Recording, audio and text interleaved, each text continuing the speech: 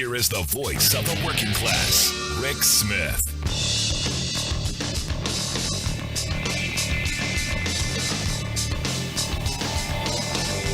And welcome, brothers, sisters, working class heroes. This is the Rick Smith Show.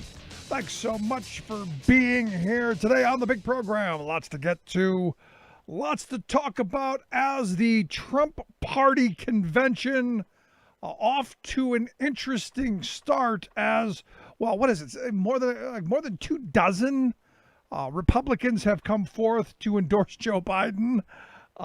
You had Kellyanne Conway saying that she's leaving the White House because her daughter is seeking emancipation, and George Conway's leaving the Lincoln Project to spend more time on the family. You have Jerry Falwell Jr., who can't be bribed or held hostage or blackmailed because it's now all out in the open with him and his whatever is going on there. And to be honest, don't care about what him and his wife did with the pool boy, business guy, the neighbors, some stranger. Don't care a little bit, not at all, other than the hypocrisy. This is a guy who, and a movement of evangelicals who this is their lives while pointing the finger at everyone else. Also, Eric Trump, the New York attorney has filed suit against the Trump organization, specifically Eric. So good first day. Oh, also Michael Steele going to replace George Conway there at the Lincoln Project. Michael Steele, obviously the former RNC head. Not a good first day for Trump. And in fact, what was supposed to be an uplifting and positive convention was so for about 30 seconds. It lasted about 30 seconds, the uplifting and the positive, about 30 seconds of, the crowd chanting 4 more years, 4 more years. And then Trump, going, well, if you really want to drive them crazy, say 12 more years, which, of course, the mindless minions then did. And, this is one of those moments where I would have never, look, I liked Barack Obama. I would have never said 12 years. Never. That's just not, it's not what you do. But it's what the GOP has done, and it's who they are. So it's no longer the grand old party. The GOP officially dead today. Dead, gone. This is now officially the Trump Party. There is no GOP. There is none of that. They're gone. And it happened not with the chanting and not with any of that. It officially happened with their proclamation today that they're not going to bother with a party platform. The party has no values. The party has no morals. The party has no vision. The party has nothing. They have said in their proclamation that whatever dear leader wants, whatever Donald Trump wants, that's what we believe. So again, no more grand old party, no more party of Lincoln, no party of Eisenhower, no party of Reagan, none of that. Not even the party of George W. Bush. This is Trump's party. This is dear leader's party. This is our movement towards a fascist authoritarian dictator. And I got to tell you, it's one of these moments where you look at it and you go, their rationale was incredible to me. And it came down to, well, we don't want, a number of Republicans to put forth ideas that dear leader wouldn't like. Like our core values, which Trump doesn't stand for, maybe half. It's really very twisted and very bizarre. They've said that they're going to hold off on a party platform until 2024, which, made me think, if dear leader wins in 2020, will they then have a party platform, or will they acquiesce again to dear leader and whatever Donald wants? Here's the thing. Trump has come out with what he wants. And we've been talking about this for a while. Trump wants to destroy Social Security. And I've been saying this for a while. This has been the Republican Party's, the old Republican Party, the old GOP, the old grand old party that used to exist before today, they were all on board with destroying Social Security. Trump, all on board with destroying Social Security, only doing it differently. Because, it was always, the younger generation, the people who said, I'll see a UFO before I see a Social Security check. And then there were people like me who are going, I'm worried that, people in their 50s who we're the target now, because they were saying, we're not going to worry about anybody over 55. You're going to be fine. You're going to be just fine. Not so much. What they're going after, and this is the amazing part of this. If you're on Social Security right now, this minute, if a check came this month for you, they're coming for you.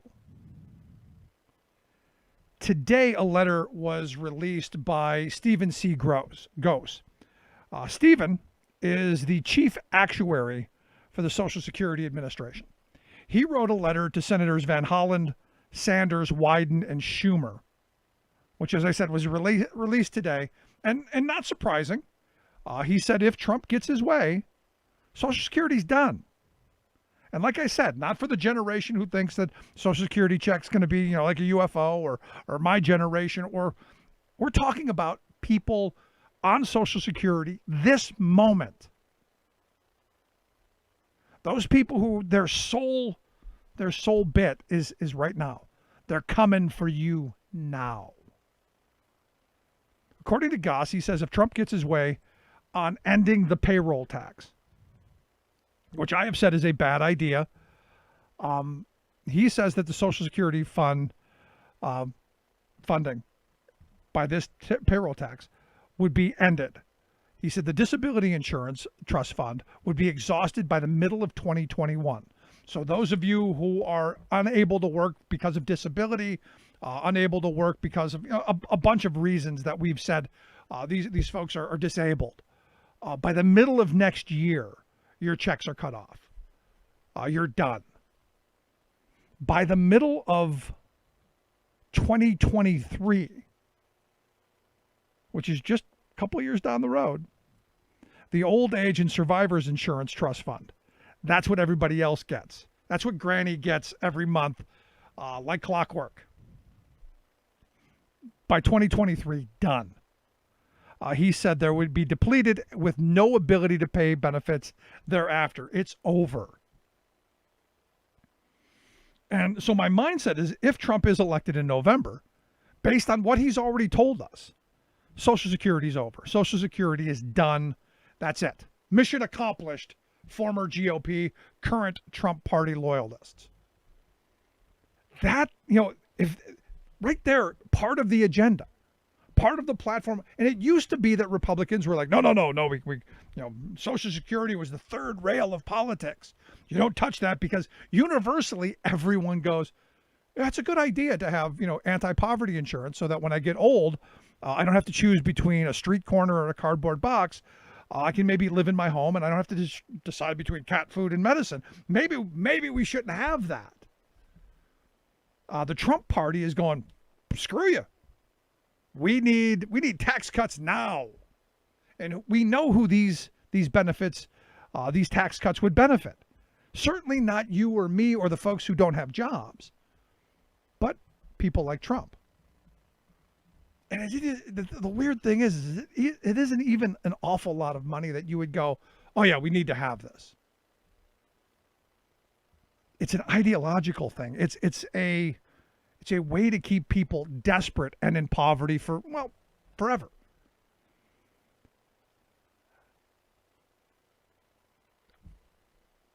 It's one of those moments where this should be that epiphany moment, where you realize just how evil these people truly are and how uncaring they truly are. Because I hear the comment about Trump, he really cares about people.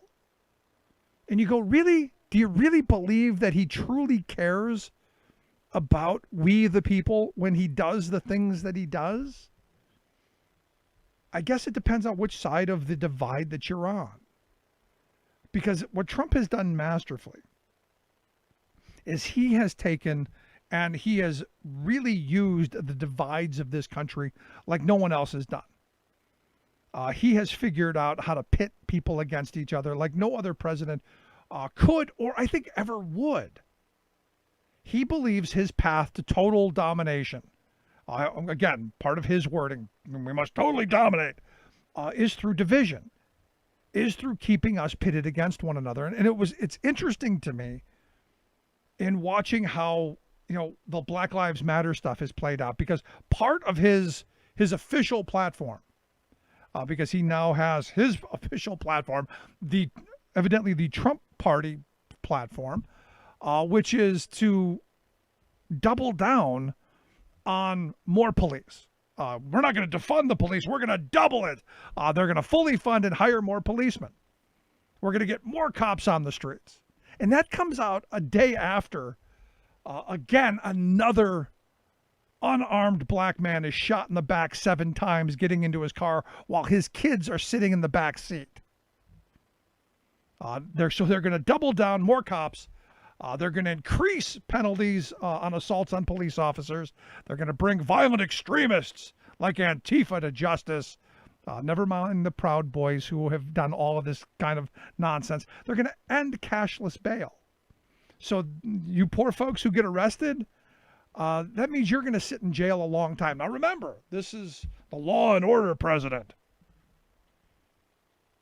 And this is where I believe he thinks his reelection campaign is going to be focused.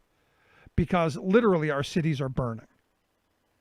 Because he has been unable and unwilling to address the very clear problems that we have in this country with race relations. And it's not that he hasn't attempted to address them. He's made them worse. He's deliberately made them worse. So the question then becomes, and I know there's the law and order type, we're going to crack down. Is that the direction that we go? Do we give Dear Leader that kind of power? And then it comes back to, when does Dear Leader come for us? I'm really struggling. So outside of that, they have a new healthcare plan, evidently. So Dear Leader has come out and said that they're going to do some things on healthcare. They're going to fix healthcare. Everyone's going to get it. Healthcare is going to be universal. It's going to be great. We're all going to have it. We're going to all have pre-existing conditions covered. It's going to be fabulous. They're going to reshore all the manufacturing of the things that we need. They're going to have a vaccine by the end of the year. They're going to do all kinds of stuff. Transparency. We're going to have low prescription drug prices. The insurance premiums are going to be low. It's going to be great. And of course, all pre-existing conditions will be covered. But here's the problem. We already have a law in place that covers pre-existing conditions. It's called the Affordable Care Act. Maybe you've heard of it. Because if you remember in 2016, they promised, they were going to repeal and replace the Affordable Care Act, or the dreaded Obamacare, with something better. It was going to be great. It was going to be universal. Everyone's going to get it. It's going to be super cheap. It was going to be the highest of quality. You were going to get everything you ever wanted. With ice cream, it was going to be fabulous. In fact, 2 scoops of ice cream for everybody. And they did nothing. And since they've done nothing, they've continued to not only do nothing, but they've continued to attempt to destroy it. Right now, the Trump Party is pushing the lawsuit that would end the Affordable Care Act, which would bring back what? That's right. Pre-existing condition exclusions, which means pre-existing conditions not going to be covered. And I know Donald Trump says he's going to do it. He's not. And this is, again, another one of these moments where the Dear Leader Party will continue to fall down, will continue to fail the American people at the benefit of who? That's right. The people who own them, the people that are really important. And as I said last week, the sad reality is, while we talk about Black Lives Matter, and while we talk about all lives matter, and we talk about all of these different lives matter, the truth of the matter is, to these people, to the Trump Party loyalists, nobody matters. None of us matter. And it's infuriating to see. Now, there's also going to be some tax handouts, lots of good stuff for that. They've also got some other ideas. We're going to destroy public education by allowing choice for everyone, or, the charter operators to be able to profit wildly. There's going to be tons of stuff. And it's all bad. I mean, that's the sad reality. It's all a theft of the commons. It's all more lining the pockets of the Trumpkins and lining the pockets of those who, well, don't have your family's vision or your family's thought at all at heart. It's all about the money. It's all about the power.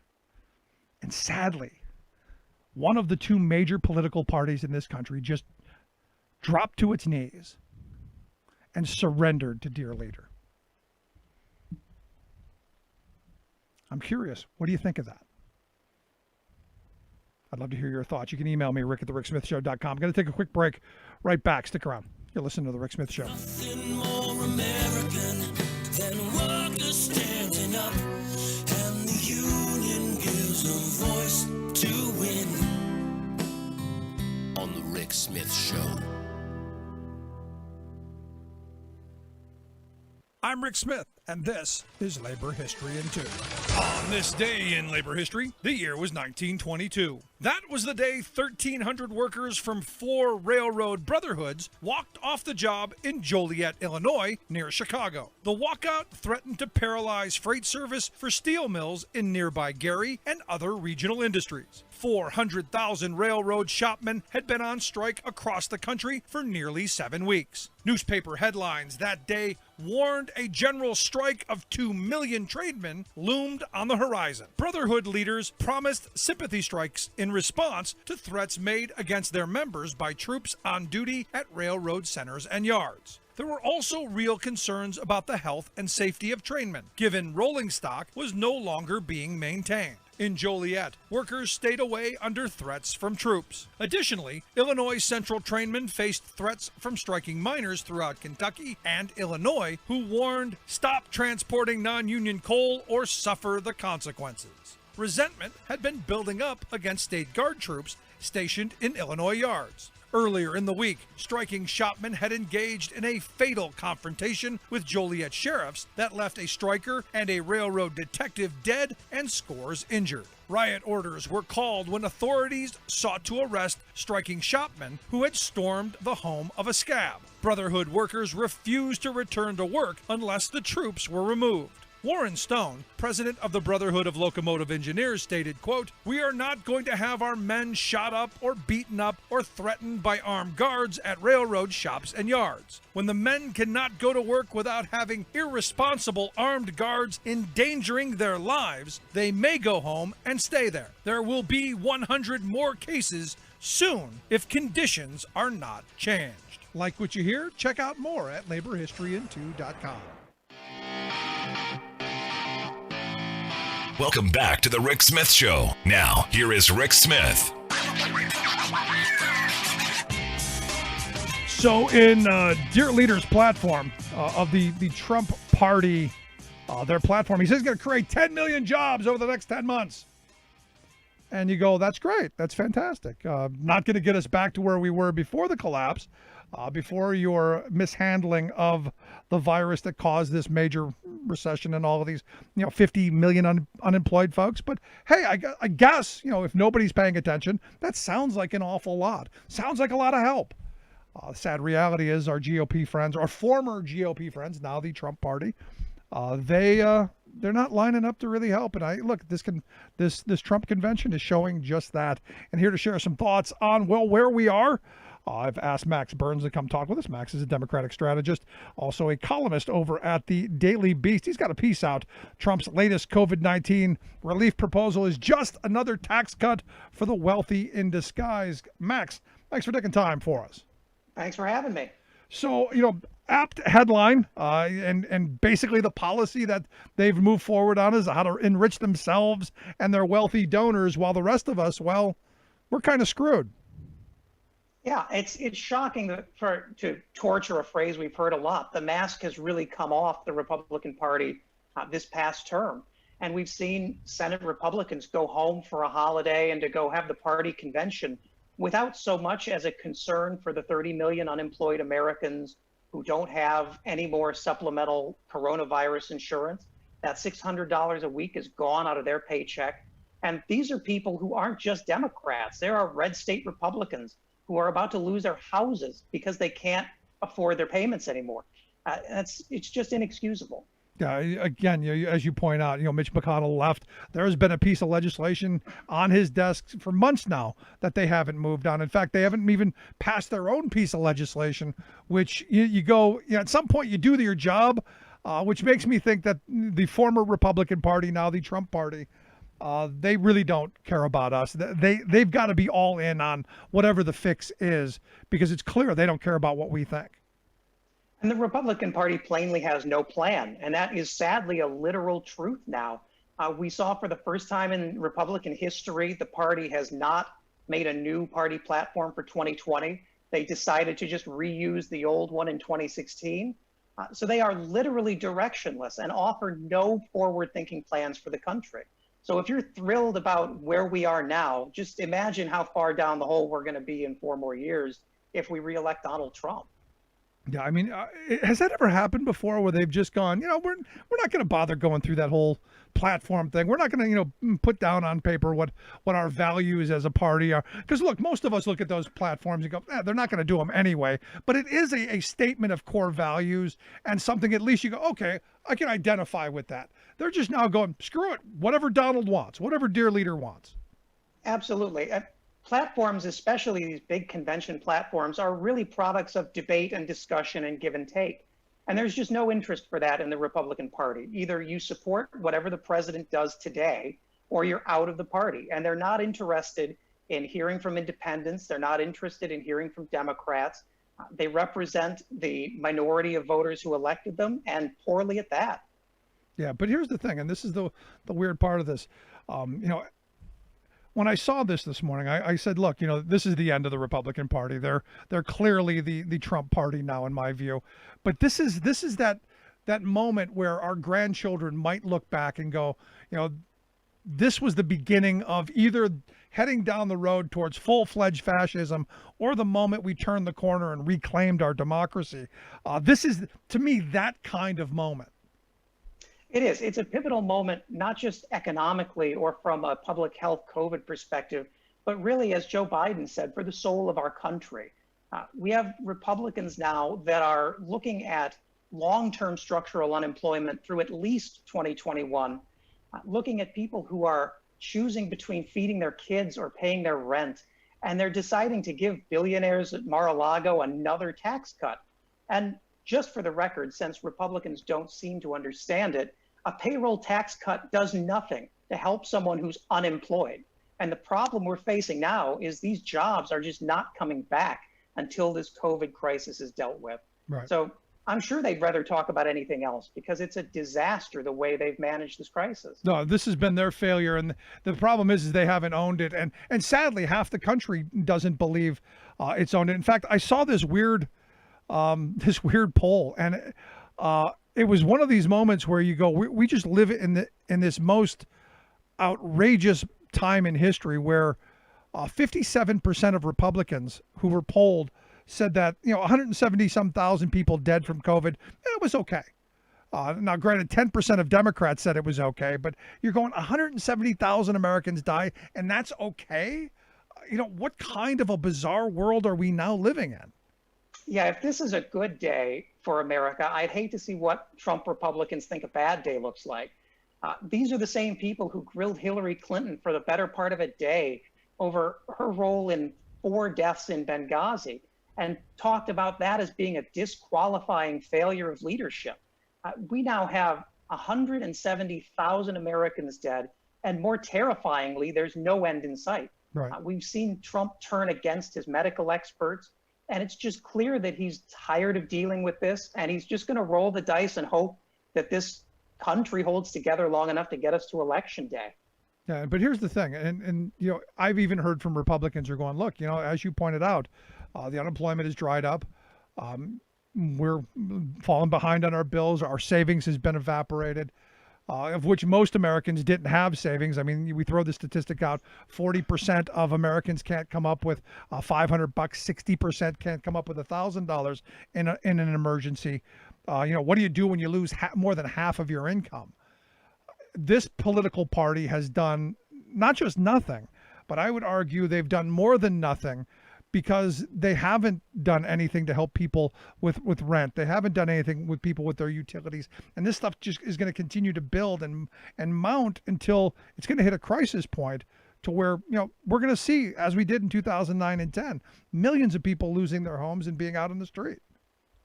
And Republicans would do well to remember what that meant for them at the ballot box right after the financial crisis of 2008. That's why they're working so hard to put on this sort of smoke show of passing executive orders that are ostensibly to help with rent assistance, but don't actually have any legal mechanisms in them to fix rent problems. And that only goes so far. And the Republican Party is on the verge, I think, of realizing that you can spin people on Fox and you can drive wedge issues. But once people start to realize they can't afford their food, that they can't go to work, that's something you're not going to be able to flim-flam your way out of from the White House Rose Garden. Now, here's the weird thing is, Trump obviously came out with his 4 executive orders, to do a couple of things. One, the $300 that they were going to put forth, that may or may not work. I'm still not sure how the mechanism for that is going to play out. The moratorium on evicting people who get federal funding. Some of the stuff with the student loan debt. The question then becomes, is this something that the president can do? And again, another failure of Mitch McConnell and the Republicans to get this done, because ultimately, I don't want an executive president. I don't want an authoritarian president who rules by executive order. This is something that Congress should have never been allowed to leaf over until they got their job done. And it's not the way our government was set up to function. It's not. And I think we see the end result of this is everything in the Trump administration has been tied up in the courts because he's bypassed Congress at every turn. And he's really shying away from what makes a presidential leader, someone who will go down to Capitol Hill and work with Democrats and Republicans and bring them together on a bill that will pass, not who hands something off and says, deal with this if you can. I'm going to Bedminster to golf for the day. We saw with Joe Biden and Barack Obama, they were willing to be active collaborators in not just healthcare, but a whole slew of legislation. That the idea of Donald Trump negotiating with the Senate at this point is absurd. He's not done it in 4 years. He's certainly not going to start now. No, you're absolutely right. And you talked a moment ago about the payroll tax, and you're spot on that, the millions of people who don't have jobs, it no way helps. But for those who do have jobs, is it going to really help them? I mean, we're not talking about an awful lot of money, but we are talking about down the road probably having to pay that back. Or it destroys Social Security, because Trump has said if he's reelected, maybe he'll make it permanent and you won't have to pay it back. But I don't know if you saw the letter today by Stephen Goss, the chief actuary at the Social Security Administration, who says if Trump gets his way, if Trump gets to end the payroll tax and we end the funding for Social Security, the disability fund will be done by the middle of next year. And by 2023, Social Security is over. So, Granny, if you're collecting checks today, you better save it, because 2023, if Trump gets his way, you ain't getting another one. And that seems to be something that Donald Trump thinks is admirable. And we see that maybe even Trump has gone a bit far for Republicans on the Hill, because we've seen people like Chuck Grassley say that this was a terrible idea. But important to note, Chuck Grassley's concern wasn't that raiding Social Security is unethical. It's just that it creates what he called a PR crisis. And it is. It shows you how bad the polling must have been on this insane idea that Rand Paul, the libertarian anti-Social Security warrior, was on television defending Social Security against this payroll tax idea. We are in the upside down when Rand Paul is defending Social Security along with the Democrats. Well, the problem is we're in the upside down because I don't know where Rand Paul stands anymore, just like I don't know where Republicans stand anymore. I remember seeing Rand Paul in 2016 calling Donald Trump a liar and all kinds of things, and yet he's going to speak at the Trump convention. Yeah, the fatal flaw of so many of these who have been complicit with Trump is they all, for some reason or another, think that they're better at manipulating Trump than Trump is at manipulating them. And we've seen time and again the trail of people either put in prison or thrown out of work for trying to game Donald Trump. And it's what happens when you try and work with a chaos agent, and it's not good for the country. It's not good for our politics, and it's certainly not good for American taxpayers. Do you think this is getting through? I mean, you follow the polling, you follow a lot of the stuff that's going on. Is this something that's resonating? Because look, the way I'm seeing things, Trump has put his money on continuing to play the race baiting card. We're going to continue to divide the country and keep people pitted against each other so that while the streets are burning and while there's chaos, he can take advantage of that. Also, he's going to push heavily on China. Do you think this message is getting through on the Social Security issue? I think the Social Security question is starting to move voters. But the challenge is a lot of voters have already made up their minds. Our margins of undecideds are much slimmer this cycle. And if you look at Donald Trump's polling today, as opposed to a year ago, he's only down about 1 point from where he was even with COVID, which really tells you that 40%, 38% of his base is ride or die for him no matter what. They don't care if there are policies. They don't care if they get hurt. They are invested in this ideologically. Yeah, but I think that we're winning over those few slivers in the middle. Yeah, and that's been my fear. I don't know if you can reach the cult. I mean, and they are what they are. I don't know that you can reach the cult, and I worry what happens, come November. Because Trump, I don't know if you saw the speeches today, Trump's already laying the groundwork for, this election is going to be stolen from us. They're doing everything they can to cheat. And I'm going, but hold on, you're the guy in power. You're the guy with all of the levers of power. And it appears to me that you're actually the guy doing what you're claiming the other side is doing. It's just, I fear that we don't have faith in what comes out of the election, and we end up in major chaos over the next several months. Yeah, the goal is, now that he's been unable to delay or mess with the election explicitly, to just do whatever he can to instill doubt. And if that sounds a lot like 2016, it's because he's using almost the exact same messaging he used when he thought he was going to lose in 2016 to say the election is similarly rigged. It made as little sense then as it does now. And I think voters have heard this before and were maybe some willing to give Trump a chance, have just seen nothing for the trust they put in him. Yeah, it's interesting though. If you look at the speakers, and I went through the list of speakers at the Trump convention. Interesting, none of the former presidential candidates going to show up. I don't know if they were invited or if they just said we're not coming. No George W. Bush, no Mitt Romney. None of the former Republican heads. None of that. All far extreme loyalists. Yeah, there were more tier one Republican presidential candidates condemning Trump at the Democratic convention than there will be endorsing him here. We've seen most of the big names here are his family members. And given some of the drama we've seen within his family the past few weeks, who knows how many of them are going to get cut and tossed into the cold before we get to the end of the week.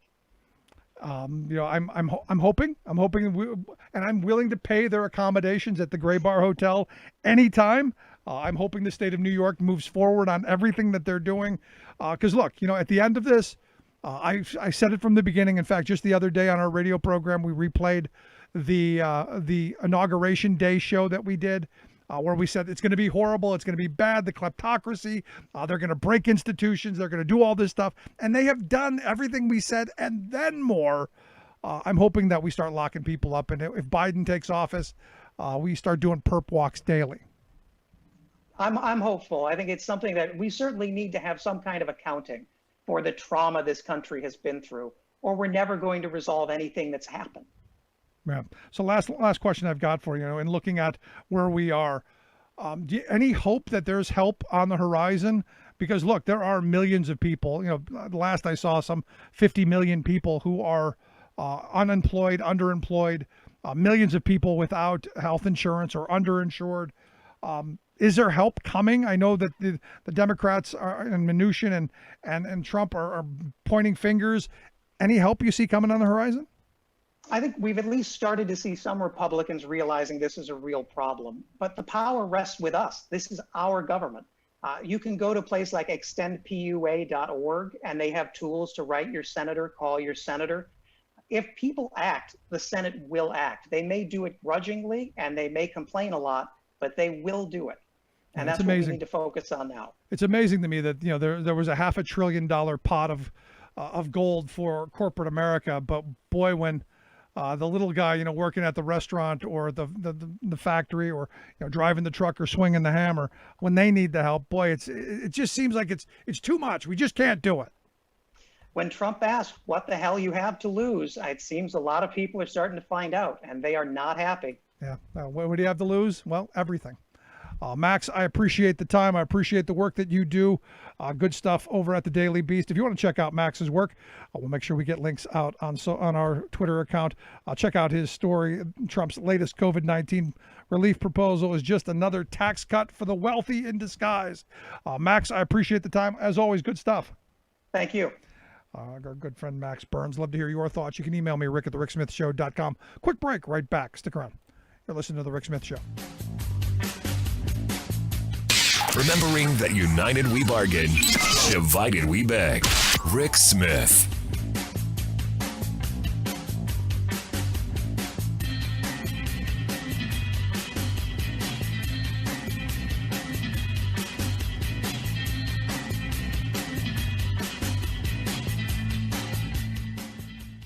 I'm Rick Smith, and this is Labor History in 2. On this day in labor history, the year was 1970.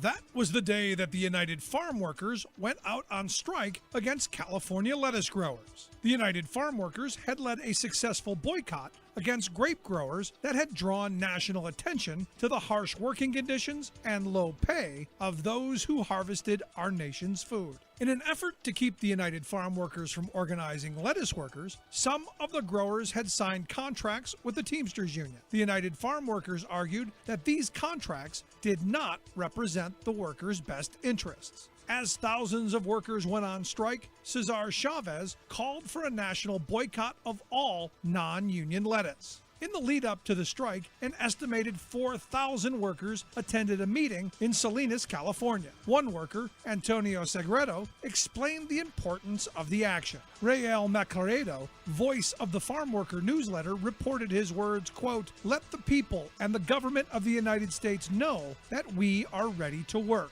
but that we must have what we ask. It isn't very much. We don't ask the impossible, only that they look upon us as human beings. We have the same ambitions that they do. We have families. We have rights. Why must they continue to treat us like beasts of burden and look for 1,000 ways to bring us down?" That December, Cesar Chavez was jailed for leading the boycott. Putting pressure on the growers through encouraging the public to boycott non-union harvested food was a key tactic for the farm workers movement. It impacted the bottom line of the growers and moved them to sit down at the bargaining table. Labor History in 2 brought to you by the Illinois Labor History Society and The Rick Smith Show. For more information, go to laborhistoryin2.com, like us on Facebook, and follow us on the Twitters at Labor History in 2.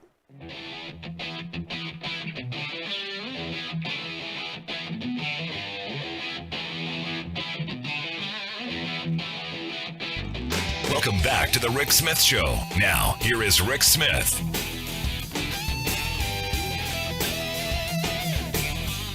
So while Donald Trump and Mnuchin and the Trump party,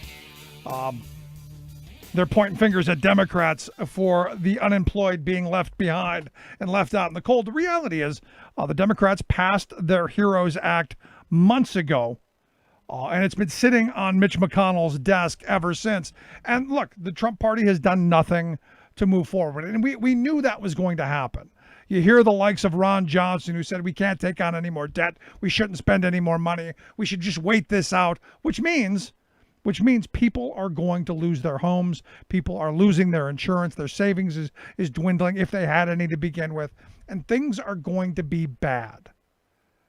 And the sad reality is, well, we've got to do something to ensure that, well, we help protect the working people of this country. And that's why I've asked Tina Riley Humphrey to come talk with us. She's the creator of the Orange Shirt Campaign.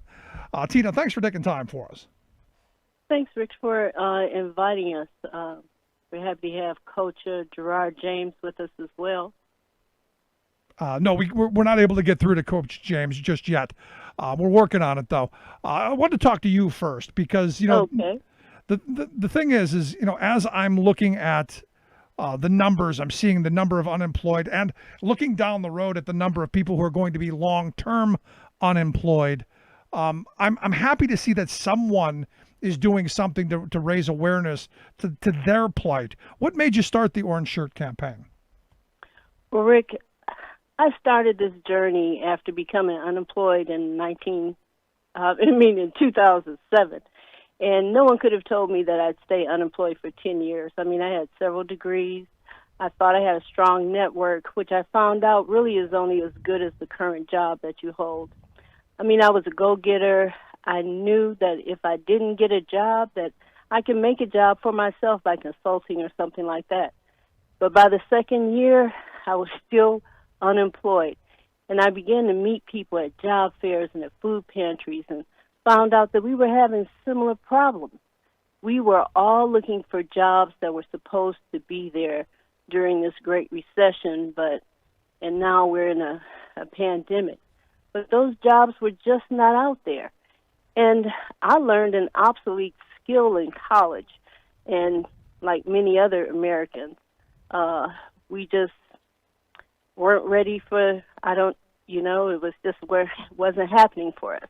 Right. So I started to begin to notice that that I was invisible, that people that had jobs and were working, that they didn't notice what was happening around them. No one understood how many people were looking for more than the 89-day jobs. I was really frustrated, and so I decided to do something about it. So I teamed up with a friend, a coworker, Sharon Moore, who helped us get it all up and running, and we started the campaign asking people to wear an orange shirt on Labor Day to show that we're out here looking, and we're ready to work, and we need the support. Yeah, sadly, and you bring up an interesting moment because sadly we've forgotten all those people who lost their jobs because of the Bush recession. We've forgotten all those folks who were transitioned out of the economy because of some of the things that we did then, and now we've got a whole nother group of folks who are unemployed, and the reports, and I'm sure you've seen them as well, are a lot of older workers are never going to be able to get back into the workplace because those jobs may be gone. Well, I think I'm one of those workers. I was laid off at the peak of my career, which means that I no longer have a pension. That now, because I had been unemployed for so long, now I'm going to have to rely on Social Security. It wasn't my plan. I had savings, and I had savings to last me as the experts say that you should. Right. But here's the sad thing is, if you've been paying attention to what's going on here recently, with Trump's, fixation on ending the payroll tax, Social Security may not be there. As I pointed out earlier in the show, the chief actuary of Social Security is saying, look, if you end the payroll tax, by 2023, Social Security is done. So all those folks and people like me who, when I get to retirement age are relying on it being there, it's not going to be there.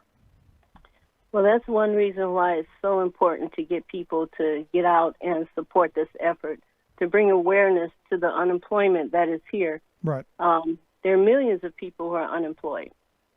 So let me ask you, obviously you're going to do the Orange Shirt Day on Labor Day, which I'm all in favor of. I will most certainly don my orange shirt in support of the unemployed, especially the long-term unemployed.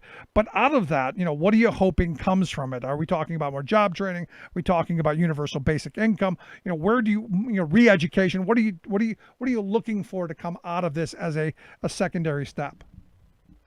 Well, as Coach Gerard has told us in working with our campaign, is that it's all about resilience.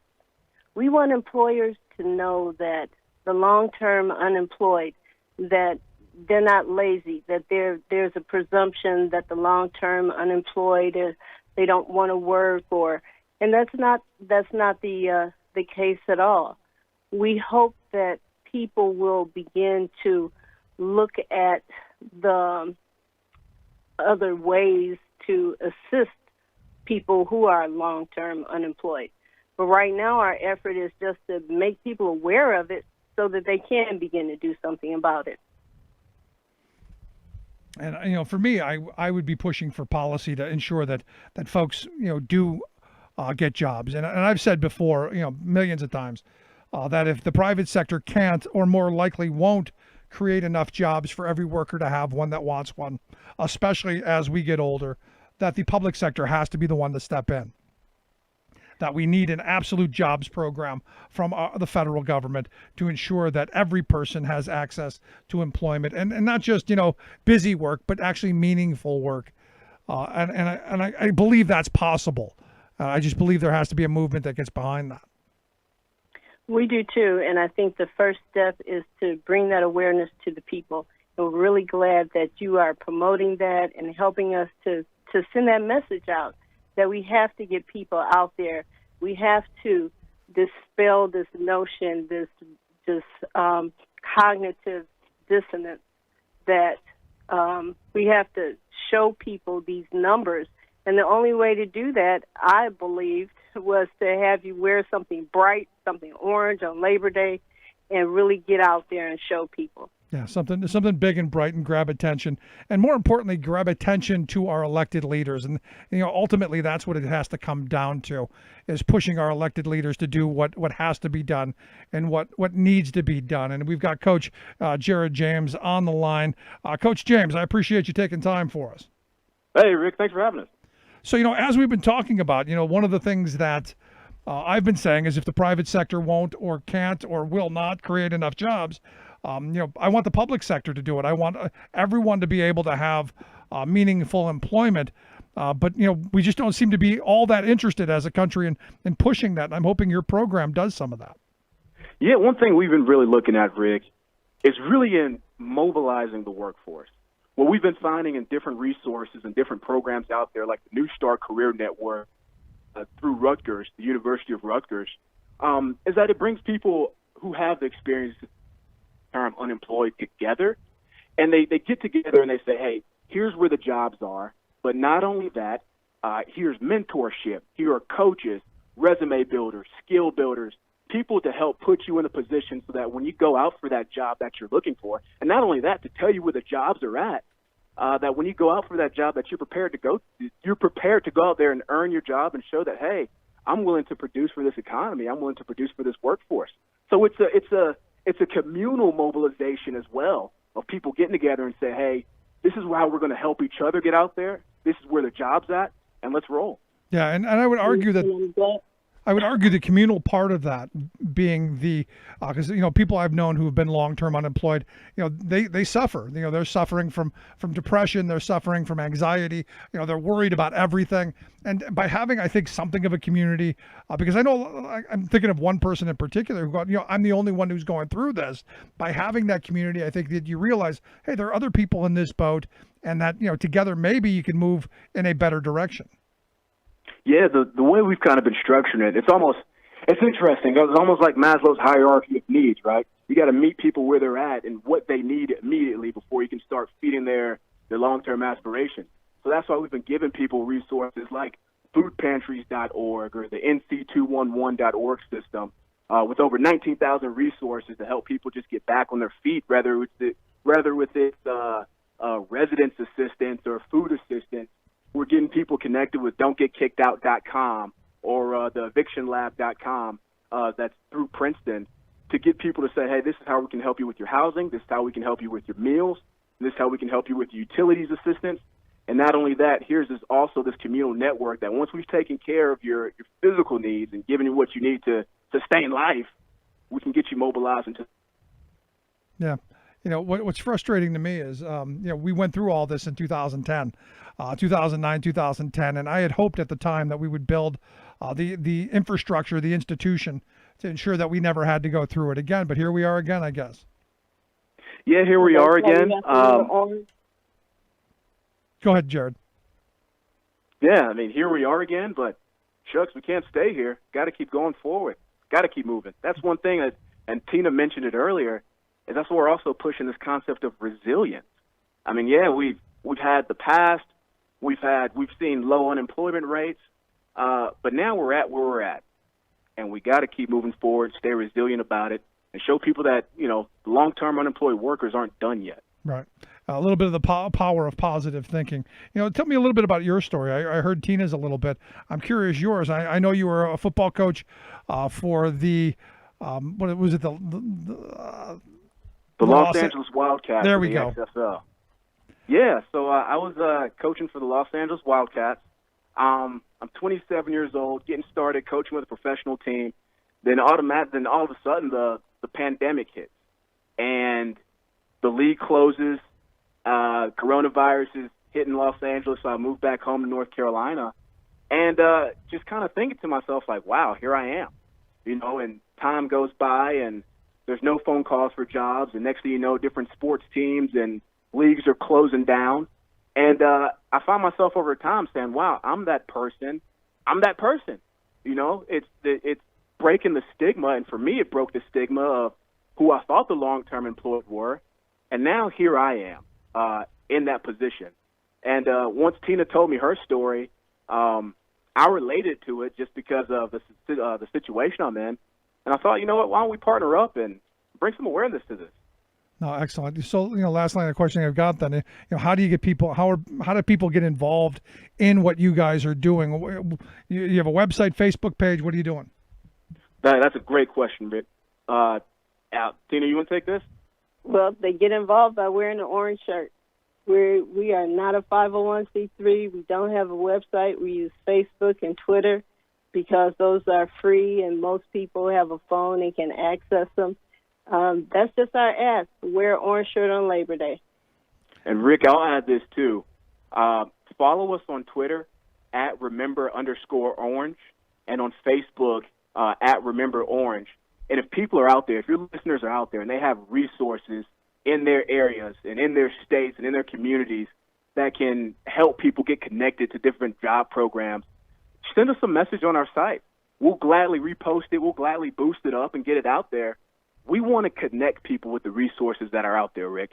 And social media gives us an opportunity to do it. Yeah, the hope is that, again, I know that folks who are unemployed, they suffer from depression and anxiety and that's feeling that they're alone.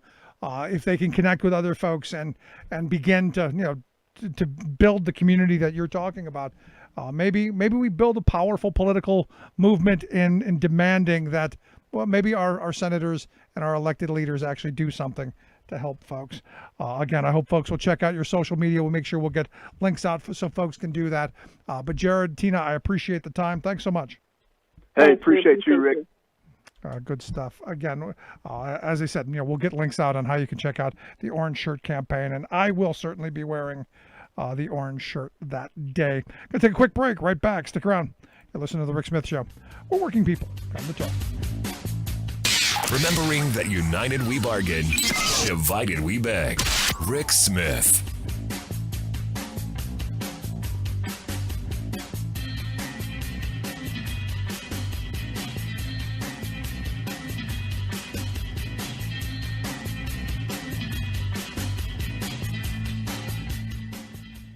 I'm Rick Smith, and this is Labor History in 2.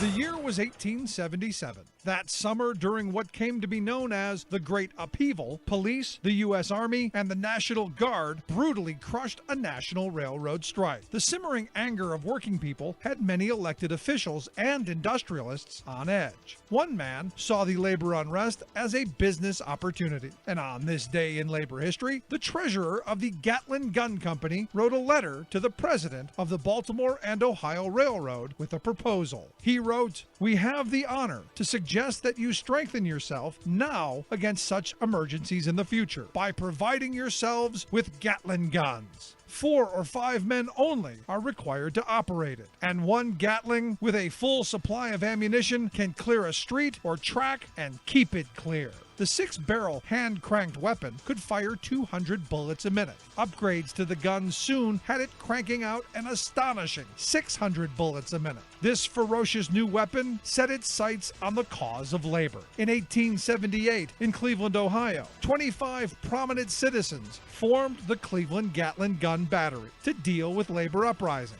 Armed with 2 of the new guns, the militia drilled and held social events, but never fired the gun against workers. Militias from San Francisco to Connecticut, from Kansas to Pennsylvania, likewise armed themselves. Perhaps the place where the gun became most infamously used against labor was in the Colorado mining wars. In 1914, a Gatlin-type gun mounted on an armored car was used to shoot up a workers' tent city in Ludlow. Pavlichenko, well known to fame, Russia's your country, fighting. Labor History in 2 brought to you by the Illinois Labor History Society and The Rick Smith For Show. all time to come, 300 Nazis fell by your gun. Fell by. Welcome back to the Rick Smith Show. Now, here is Rick Smith.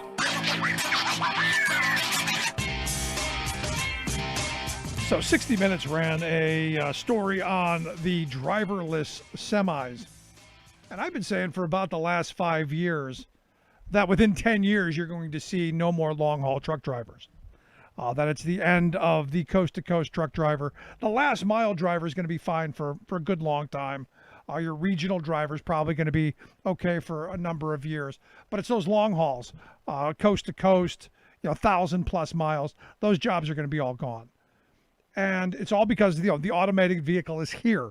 And what was surprising to me about the segment that 60 Minutes did is that they talked to people who had no clue. I didn't know it was coming. Well, yeah, it's been here. It's not coming.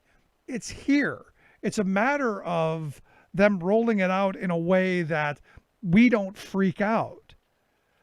That policy wonks don't, get all up in arms and, and all of that.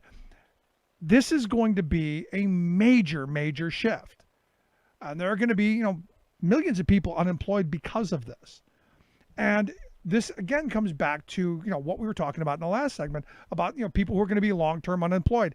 Understand, the vast majority of long-haul truck drivers are new immigrants and, like it or not, people who live in the South.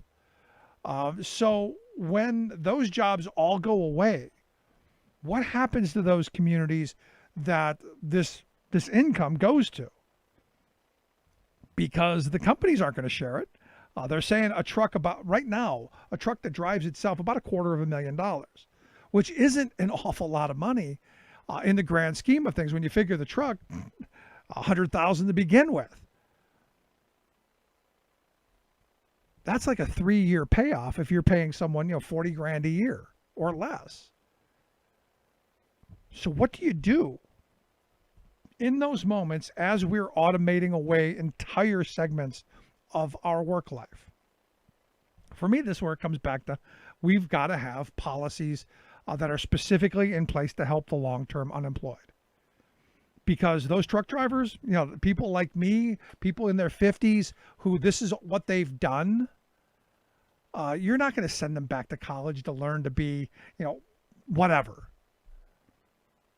You're just not. You're not there. There's nothing there for them. Some may do well, but the majority are going to struggle, and we're going to create another poverty class. All because we don't have policies in place to ensure that people, when they get thrown out of the economy, that there's a place for them. And this is where I think campaigns like the one that Tina and Jared are at the beginning of. This is where you realize that our government has really let down a large number of the population. Because surprisingly, Tina's, one of the people who lost her job during the Bush collapse. I've met a number of people over the years who have been officially out of the workforce since then. Now they've been cobbling together an existence, doing a little bit here, a little bit there, but they haven't had full-time employment since. And they certainly haven't had the kind of full-time employment that they had before that actually, well, supported them. This is where, again, we have to come back to, as these technological changes happen, and because of COVID, it's going to accelerate that much faster, that we need to have the vision and the foresight and the thought process to talk about, hey, how do we take care of the workers who are going to be thrown out of this? Great. The technology is going to be great. It might help the consumer a tad. It's going to create some gazillionaires. But how do we make sure we care for those folks at the bottom? Now, Andrew Yang ran on the concept of universal basic income, $1,000 to every person, which is, hey, great. $1,000 to every person in the country. It's a nice little bit to make sure that maybe you get to eat. But how do you say, okay, you're a truck driver making $80,000, $90,000 a year. We're going to replace that with $12,000? That's not going to make it. And while that, $80,000, $90,000 a year job goes away and it's replaced by a machine, who reaps the benefits of that cost savings? Obviously the owner. Obviously the handful. But what about the workers? And again, this is another example of the wealthy and the powerful, again, benefiting and throwing aside the workforce. The question becomes, what do we do policy-wise? Or do we just let it happen? Because, hey, we did away with the buggies. We don't make buggy whips anymore. We were resilient and we figured it out. But at what cost? So interesting. It's, again, still interesting to me that, the folks that they talked to didn't know it was coming. That's the scary part. I'm telling you, automation's coming. It's real. There's going to be a massive job loss tsunami. We already know it. We just got to prepare for it. Remembering that united we bargain, divided we beg. Rick Smith.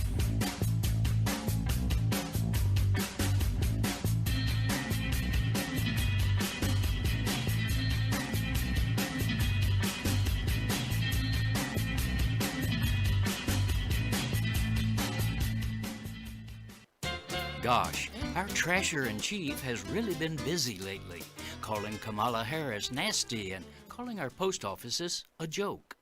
But instead of trash talking, shouldn't a president be, running the government? Nah, that bores him. Besides, that's why he packed his cabinet with all those corporate lobbyists who are skilled at trying to rig our government to serve moneyed elites. Now, empowered by Trump, these special interests are our government, literally setting and running America's economic, environmental, health, and other public policies. And what a job they're doing. On us. Check out Andrew Wheeler, head of Trump's EPA. He had been the top lobbyist for a coal mining giant, constantly fighting environmental rules to make this notoriously foul industry clean up its act. Now, the befouler's lobbyist is making the rules, allowing big coal and other fossil fuel giants to pour more toxic contaminants into our air and water. Wheeler wails that his poor multi-billion-dollar former clients must be freed from burdensome requirements to limit the damage they do to the health of America's people and our planet. Burdensome? His latest edict frees oil and gas corporations from having to fix methane leaks in their wells, pipelines, etc. Fixing leaks is burdensome? Hello, if you had a gas leak at your house, would you not want to burden the company to come fix it? Not only is methane a potent greenhouse gas causing climate change, but Wheeler's don't worry about it favor to his industry buddies comes just as scientists have discovered that methane leaks are 2 to 3 times worse than his EPA has been reporting. This means the industry is driving us toward a climate crisis faster than anyone realized. This is Jim Hightower saying, talk about nasty. The Trumpeteers have turned government totally bass-ackwards, protecting polluters instead of people. Hightower's commentaries are brought to you by the Hightower Lowdown, the monthly newsletter with Hightower's take on what Wall Street and Washington are up to. For information, visit hightowerlowdown.org. Welcome back to the Rick Smith Show. Now, here is Rick Smith. So some fun at the Trump convention. According to Donald, while speaking on day one of the Trump convention, He claims that nobody's done more for the African American community. No president has done more than he has since Abraham Lincoln. Nobody's done more. And what's weird is, he has an ad saying that if Joe Biden is elected, the cities will be burning. And I don't know if you've noticed, Donald, or anyone else, that the cities are burning and Donald Trump is president. Just kind of throwing that out there as a moment. Here to give us some thoughts on, well, has Donald Trump done more? I've asked our good friend Propane Jane to come talk with us. Jane, thanks for taking time for us. You're welcome. Thanks for having me back. So nobody's done more for the African American community than Donald J. Trump. Nobody. Yeah. I mean, it's laughable and it's insulting at the same time. This is just something he said. I mean, honestly, I think this is a reflexive, narcissistic thing that he is going to say about everybody. Because, he says that about black voters or the black community. But he also said that about women the other day. Nobody's done more for women. Nobody's done more for Latinos. I mean, that's just, it's salesmanship. I think this is what he does. He's going to say that regardless of what the facts on paper actually are. And I think the fact that the numbers are so bad for him amongst black voters, they continue to be, where they were in 2016, which, again, that's not just him. I mean, historically, the last 55 years now, that's been the case for the black vote. So it's not just that Donald Trump, is telling lies about what he's done. He's telling lies about what the Republican Party has done since the passage of the Civil Rights Act, since the realignment of the parties. But this is what they have to do, mostly so that they can assure their base of voters, their 90% white party, that they are not their quote-unquote racist party, which is what they're being called right now, and rightfully so. But they are trotting out some black Democrats. Jack Brewer, who evidently called Trump the first black president. Former Representative Vernon Jones, who hung a portrait of Robert E. Lee in his office. Burgess Owens, who said Black Lives Matter is Marxist. And, of course, Senator Tim Scott, who does the both sides are guilty of racism thing. Yeah, I mean, they're going to trot these people. Are they going to trot out Diamond and Silk? Yeah, I didn't see them on the list. I was really hoping for the comedy stylings of Diamonds and Rust. Yeah, Clarence Thomas. I mean, they have to do this. I think you're going to see them put forward their, obligatory token people for whatever demographic they want to pretend like they haven't been alienating and oppressing. But again, I think the voters who are actually this demographic know what the truth is and aren't going to be fooled by this and aren't even watching this, frankly. Yeah, I got to tell you, I've watched it with out of the corner of my eye. I'm seeing clips and stuff, but I just can't sit and watch Hate Fest 2020. No, you can't. Yeah, I just can't do it. I just can't. But here's an interesting moment, and I don't know if you saw this, but Richard Spencer, the famous white nationalist, the one who got punched in the side of the head and probably deserved it, he has come out in full-throated endorsement of Joe Biden. Has he? He has. He has tweeted out an image of him, saying that he endorses Biden. He's on Team Joe with his self-made campaign slogan of liberals are clearly more competent. He also tweeted out that the MAGA/alt-right movement is over. He said, I made mistakes. Trump is an obvious disaster, but mainly the paradigm contains flaws that we now are able to perceive, and it needs to end. He went on to write, so be patient. We'll have another day in the sun. So he was on the right track and then, kind of walked back a little bit. Wow. I mean, politics makes strange bedfellows. I don't know what to say. I mean, I wouldn't expect that from him, but... So is this an endorsement that Joe Biden will welcome or run as fast away from as possible? I don't even think he'll even make any mention of this. But again, I don't even think that's sort of a moot point. I mean, look at all of the card-carrying Republicans who are endorsing Joe Biden. I mean, like official, whole newspaper ads being taken out of people who have, called themselves Republicans. Some of them are calling themselves former Republicans now, but many of them are still Republicans, and they're endorsing Joe Biden. And I think that's more salient than anything, because I don't think we've ever seen something like this in American history, at least not in recent times. No, and as I started from the beginning, the Republican Party is officially dead. What we are seeing right now is not the Republican Party. This is the Trump Party. Yeah. They have dropped to their knees. They have surrendered. They have acquiesced. They are fully in the dear leader camp. This is not a political party. This is a cult. This is a fascist cult, and it is what it is. Right, and they're zombies. I mean, they really don't think independently.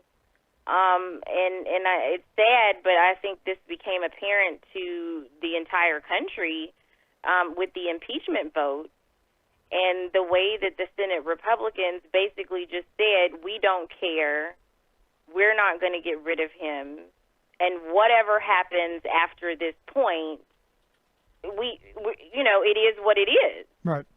I mean, that's what they said, and so now this is the outcome. And now the pandemic came shortly thereafter, and it's just been nothing but disaster since. And, there's all these indictments coming down.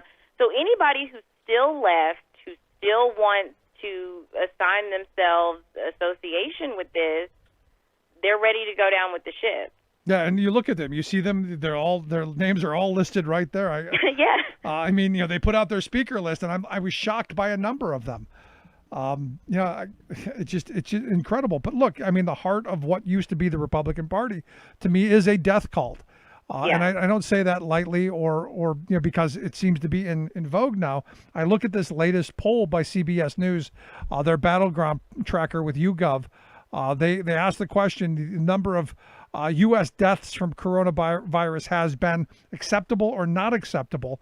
And the number of Republicans who said the number of coronavirus deaths being acceptable is 57% to 43%, while 10% of Democrats said it's acceptable and 33% of independents. I don't know how you can go 178,000 people dying is acceptable. And yet I'm sitting here in this moment going, they're the death cult. What did you expect? Yeah, and they are the death cult precisely because the leader of the death cult is who they want, and he believes the way they do, and this is what they agreed upon together. Now, if this were, if the shoe were on the other foot, and this was a Democratic president that was leading the way, and the results were this bad, and this many people were dead, it would be Benghazi, magnified times a million.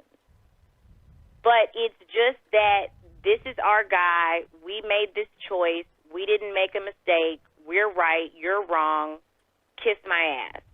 I mean, that's their attitude, and it's not changing.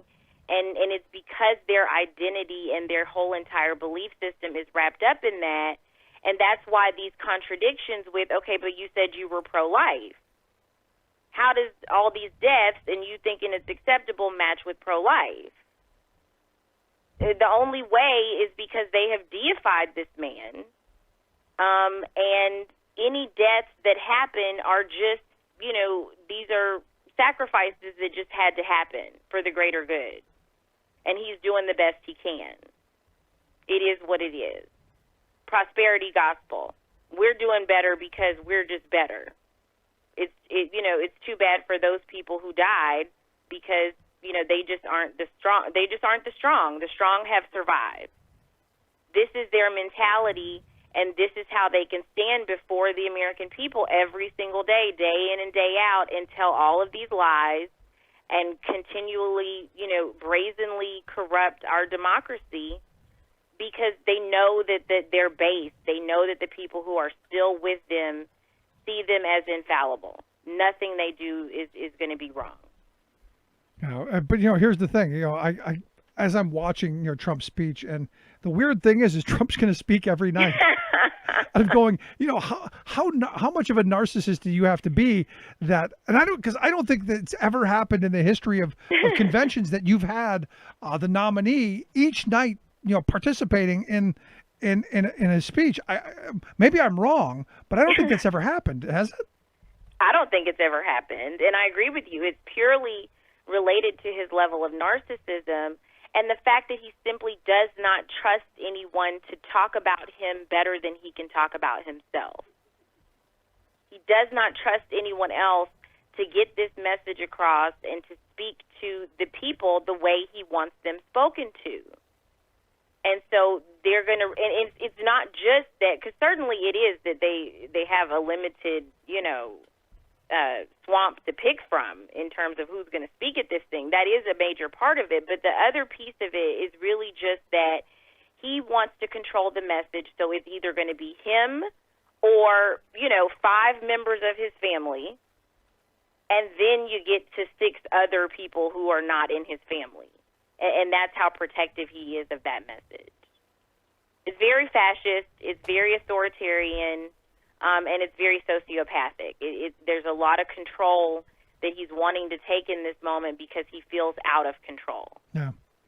But one of the big themes that is coming out of this convention, and it's apparent, is that he's stoking the racial tension on this, especially this idea that, if you vote for Joe Biden, he's going to crush the suburbs and, cities will burn. And I'm going, but, cities are burning. Can't we go a weekend without a white cop shooting a black guy in the back? Just maybe once. I mean, this latest one from Kenosha is, I don't know what happened beforehand, but there's no justification for what I saw. Right. No, there really wasn't. And there, in so many cases, there isn't. I mean, 7 times. I sat there and listened to 7 shots. I mean, the guy's, I guess, in stable condition now, which how the hell you live through 7 gunshots. Right. But, maybe the guy's just a really bad shot, but I'm going 7 times. And again, why does this person have that gun in his possession? Like, as an officer, as a quote-unquote public servant, why does someone who is that trigger-happy have this weapon? They could not de-escalate this situation. That was the only thing they had available to them in that moment, in their mind. And to do it, like you said, 7 times. Not just the once. Let's just totally do it. I really am executing this person on the spot in front of all these people because I can do it.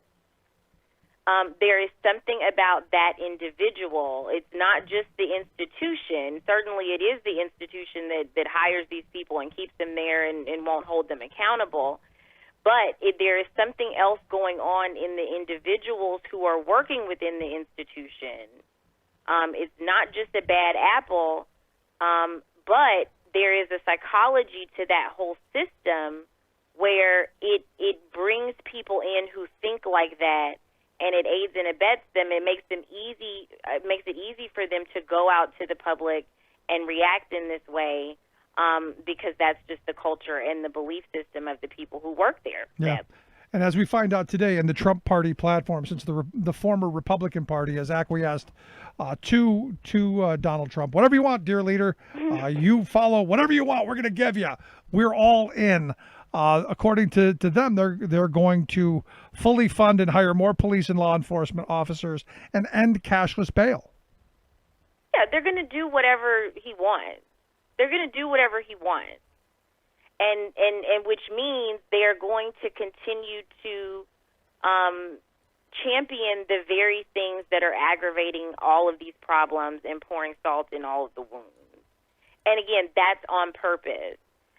Going back to what you were saying about the Republican Party being dead, as this convention goes on, and we think back to, how far or how not far we've come from 2016, we have to remember that the Russian interference or, hacking, cyber attack, whatever you want to call it, it was on both sides. It wasn't just that they were trying to influence the outcome of the Democratic primary. They wanted to influence the Republican one, and they did that very convincingly. Yep. And now we're finding out, even more, how much blackmail played into this, because there was always a lot of surprise on, why, Jerry Falwell Jr. would come out and support support Donald Trump. And, the story had always been out there that Cohen had some dirt on him. Now we fully know that it was even worse than just that. Right. That him and his wife, whatever it is they were doing, I generally don't care about. Look, whatever you do in the confines of your four walls with consenting adults, that is your business. I don't give a tinker's damn. But don't be a hypocrite about it and abuse other people over what you're doing. It's just wrong. Absolutely. But again, it could be something that simple, salacious but simple, not just for one, person, Jerry Falwell Jr., but multiple people in that right-wing, hypocrite sphere. You're right. Movement, right? The religious right in the entire established Republican Party. And when you take it to the hack of the RNC server and the fact that they kept that data, it did not get released. Okay, so what did Putin do with that information? How many, active members of Congress is he holding that over their head? Beyond that, how did that change the platform of the Republican Party? Because we already know that after the hack happened, that they altered the platform in terms of the Ukraine. And so we know that actually changed our foreign policy as a nation, and that Trump went forward to do everything he did after that in response to, everything that came out, later. Right. So I think, again, the way that they are just falling in lockstep, their platform isn't even really a platform. It's just, like you said, whatever Trump wants. Again, whatever Trump wants, we still have to keep in mind, is also still heavily influenced by Russia and Putin. And how is that turning our country upside down, not just on the Democratic side, but very much so on the Republican Party? And is that why they don't look like what they used to look like anymore? No, it's an excellent point because, we often talk about the Democratic Party hack. And I remember at the time when it was all going on, I'm going, if you just think they hacked the Democrats, you got a lot to learn. Right. The KGB, they don't just go for one side, they go for everybody. They want it all. And you're right. I mean, I fully expect that hopefully someday we find out what it is. I don't think it's a P tape. I think it's probably something much worse. But I'm hoping one day we find out. Yeah, I'm hoping we do. And I think at least to this point, we know that there has been a tremendous amount of effort and energy put into us not finding out. So many things have been suppressed. So many cases are being fought in court to keep this information from us. And, I think, again, a lot of that, the wheels were put into motion years ago, and we've probably forgotten about a lot of it. And as we talk about October surprises and that sort of thing, the pace of these indictments, Steve Bannon, right, I didn't necessarily anticipate that was going to happen this week of all weeks. But that kind of stuff is happening every single day. Yeah, I mean, today was an interesting day. I mean, you had, the New York Attorney General's investigating Trump. Eric Trump, I guess, invoked the Fifth Amendment. Exactly. Michael Cohen is, I guess, going to be doing some TV ads against Trump. So his fixer is going to go after him. You got the Falwell thing with the pool boy and the business friend, and who knows who else. You've got the postal thing that went on. There's a lot. And Kellyanne Conway, she's leaving. Yeah, she's leaving. Well, let me ask you about that for a second, because I guess I have a different view on this. I'm looking at this going, the kid, is seeking emancipation, right? And people are cheering. I'm going, the parents need to have some bit of control on a certain level, or am I missing something? Well, I think this is, whatever this situation is definitely a situation that is going to have to be hashed out privately. Ultimately, the public's view of this really is irrelevant to their individual family system. Right. But yes, I do think that, both of them backing away from social media and their jobs, in the context of her saying that she wants to emancipate herself and also making, these allegations against them, I do think that it behooves the whole family to huddle together and to be less extended to other things and figure out what they're going to do. Yeah, this is going to make a bunch of people in your profession a lot of money. Yeah, it is. It already is. I mean, this whole apocalypse that we're in is making it that way. But it's obvious. I think more than anything, without knowing their all of the details, I think it just speaks to that this moment again. The idea that it's only going to touch people who are, like the peasants down at the bottom isn't really the case. Right. A lot of these people who are the architects of this, it does actually take a lot out of you to be this terrible, to tell this many lies, to get wrapped up into this business where you're doing this on a daily basis. It can and will tear your family apart, even if you appear to be the victor at any given moment. And so I just think that's just the way it is, unfortunately. Yeah, I'm uncomfortable with a bunch of people cheerleading in the breakup of a family. I guess it's just because I've got daughters. Right. As parents, I don't know that I want people saying, yeah, screw your parents. I'm a little uncomfortable with that.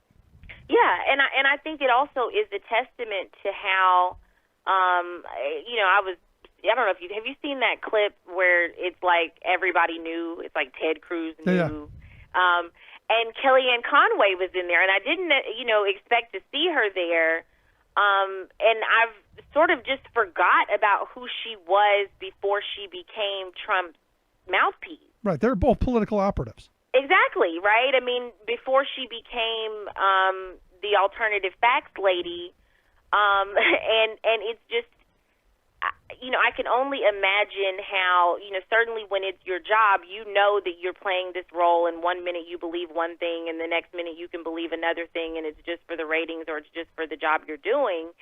But for your kids to see you floating in and out of one reality to the next, I think that has to be very disconcerting, especially as a young person when you don't fully understand what it's about. But I also think that, in reference to the Trumps, in reference to this family we're seeing, they go out there and they very proudly say, we're so proud of our dad. He's doing all these great things for the country. They're so immersed in that message, that same messaging, that they've been, I think, in a lot of ways, taught to live in two different realities too. And you wonder behind the scenes, do they really know? Do they really know how bad this is? Or are they really as bad off as Trump is, where they don't know what the real reality is? Are they getting special reports that only have these certain facts so that they can believe that their dad is this great guy their entire lives? And are they really just going to be dumbfounded when they actually have to suffer consequences for the things he's done, because they really are wrong things? Yeah. I think that's going to be interesting, and that's happening to adult people who aren't 15 years old. A good point. But I look at Kellyanne Conway. She's another political operative, as was her husband. Right. And I've known these people. Like this. They're soulless. They're going to go wherever it goes. I mean, in 2016, before she went over to the Trump side, she was, I guess, the head of one of the Ted Cruz's PACs that was funded by Robert Mercer. Yeah, I mean, and again, this is a moment where I think all of those people in the Lincoln Project, all of these, ads that are being put out by all of these Republicans, that's why I think on the left, we're kind of skeptical, like, okay, what are they doing now? Are they just doing this because they know Trump really is a disaster and he has to get out? But how quickly are they going to flip back to the other side? If Joe wins, when Joe wins, are they going to just be completely, back to the obstructionism, back to all the lying again, and use all of that same messaging and all of that platform and power against us after they acted like they were, for the good of the country? The answer, very simply, yes. Absolutely. Without question, which is why I have some problems with it as well. I do have one final question. Someone sent me an email asking me to get your opinion on this. Yeah. Evidently, there's a change.org petition going around that has a request to implement black student housing at NYU. That they want to have floors completely comprised of quote, black identifying students with black resident assistants. Is this kind of segregation something that we're in favor of, or are we against this? That's very interesting. I haven't heard about that. Yeah, I just got an email, and I'm going. I just looked at the Change.org petition, and it's it's got like 1,000 signatures, but someone wanted me to get your thoughts on it. Well, I guess my question would be, if they want an experience like that, they should go to an HBCU. Okay. I mean, there are places where you can go to a full university where pretty much everybody in your dorm is a black person. There are places where you can do that and everybody in your dorm is a white person. But I think if the university you're attending is stated mission is to be a diverse and inclusive environment, that's not going to fly. I don't think that's going to happen. I wouldn't even want that to happen. Yep, there you go, Marianne. There was your response.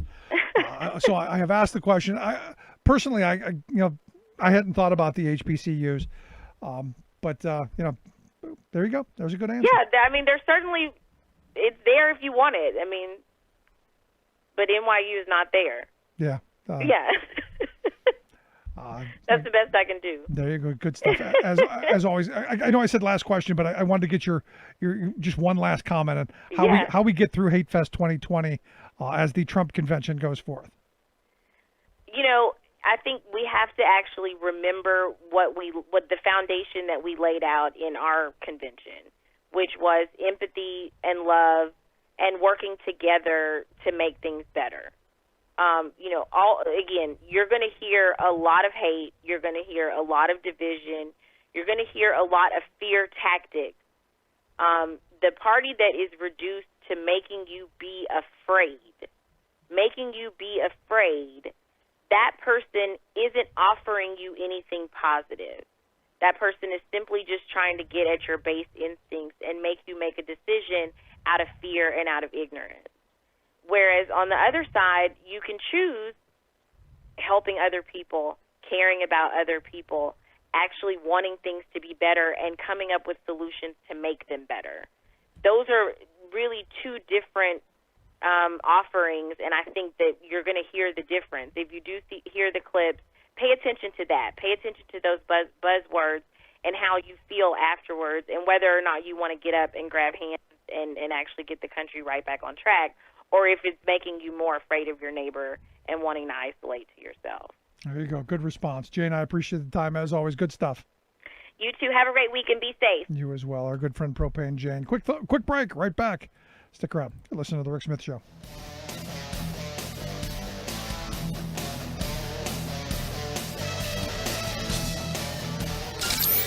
Waving the flag of freedom for people, not corporations.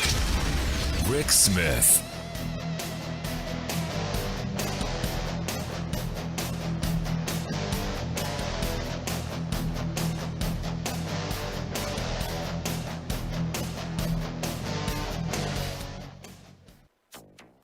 Tonight in California, fires burning at both ends of the state. Extreme weather broils the United States. More and more glaciers are falling into the ocean. Greenland ice sheet potentially hits point of no return, study warns. Plus, Trump administration officially opens pristine Arctic National Wildlife Refuge to oil drilling.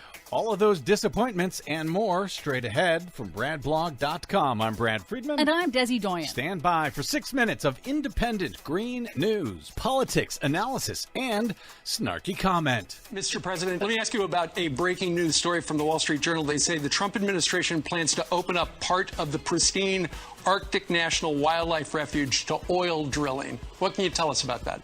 Well, we're looking at different things. We may or may not do it. We did do ANWR, as you know. Mr. President, ANWR stands for Arctic National Wildlife Refuge. You didn't know that, did you? You know, I hate to say it. In theory, I should go down as a great environmental president. This is your Green News Report. Okay, Desi Doyen, 2020 has brought us a global pandemic, a plague of locusts, murder hornets, and now out here in California, fire tornadoes. Yes, Yes, indeed, it has. But more on that in a moment. First, an update on global temperature records. Europe's climate service had ranked July 2020 as the third hottest July ever recorded. But they were wrong? Yeah, not really. NASA and NOAA, using a different data set, have announced that July 2020 was the second warmest July since record keeping began in the mid-1800s. See, NASA and NOAA fudging the data.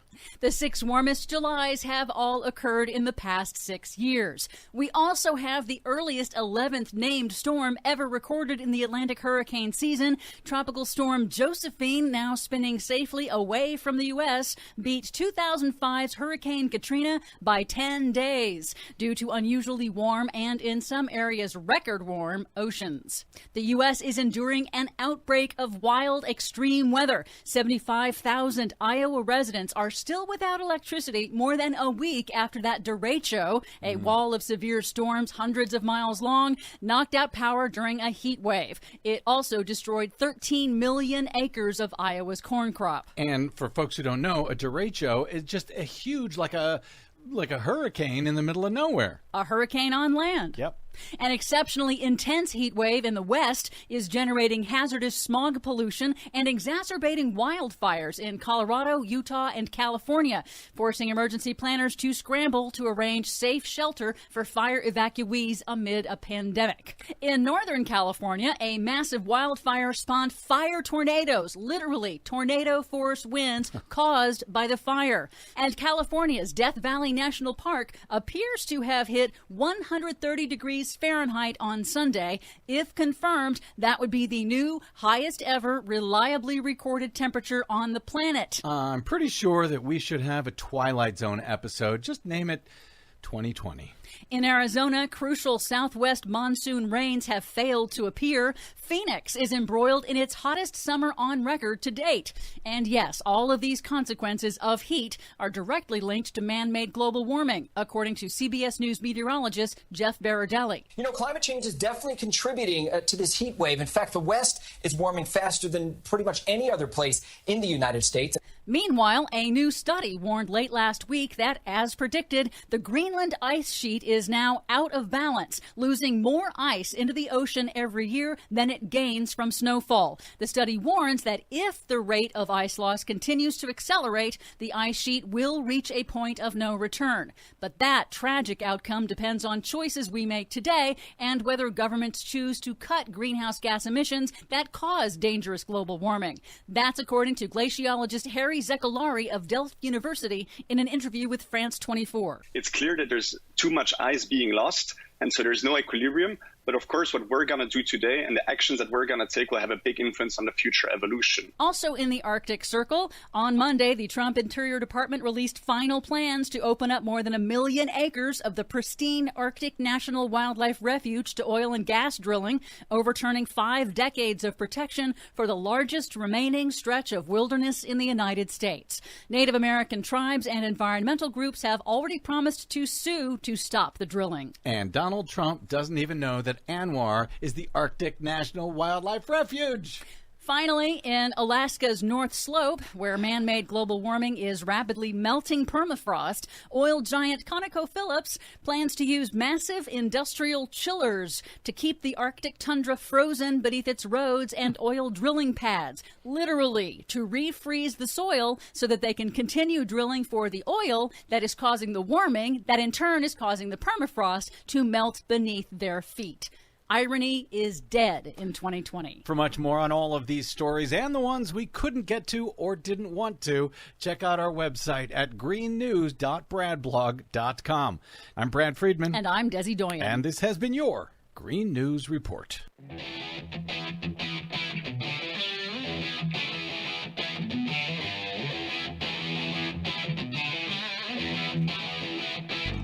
Welcome back to the Rick Smith Show. Now, here is Rick Smith. Well, looking at early reports coming out of the RNC, or the Trump convention, because it's no longer the Republican convention, it looks like it's the only person who lies more than Donald Trump is everybody else on stage. Some of the fact-checking really interesting. You had Nikki Haley saying that Joe Biden wants to ban fracking, which I'd be thrilled if he did that. He's never said that. You had a bunch of other people. You had the RNC chairwoman saying that they want to send Biden wants to send jobs overseas and allow abortion to up until the point of birth. You really? It's just, well, Crazy Fest on steroids. And here to share some thoughts on the Crazy Fest, our good friend and political consultant. I got to tell you, our good friend Bob Ney. Bob, I'm literally flabbergasted. I can tell. I'm looking at this stuff, and it's mind blowing. Biden wants to bring in more illegal immigrants. He's gonna bust them in himself. Donald Trump took on ISIS and won. All of this insanity. You just go, really? Where's this coming from? Well, it's interesting, the style of this. I'm waiting for the.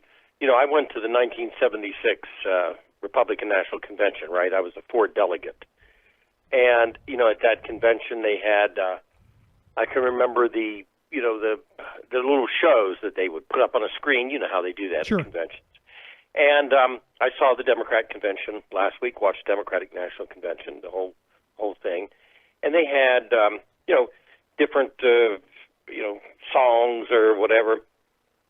This Republican convention, and there was a couple of speakers that were interesting. The state rep from Georgia, Democrat, state rep from Georgia, Nikki Haley, et cetera. But this is done like an infomercial.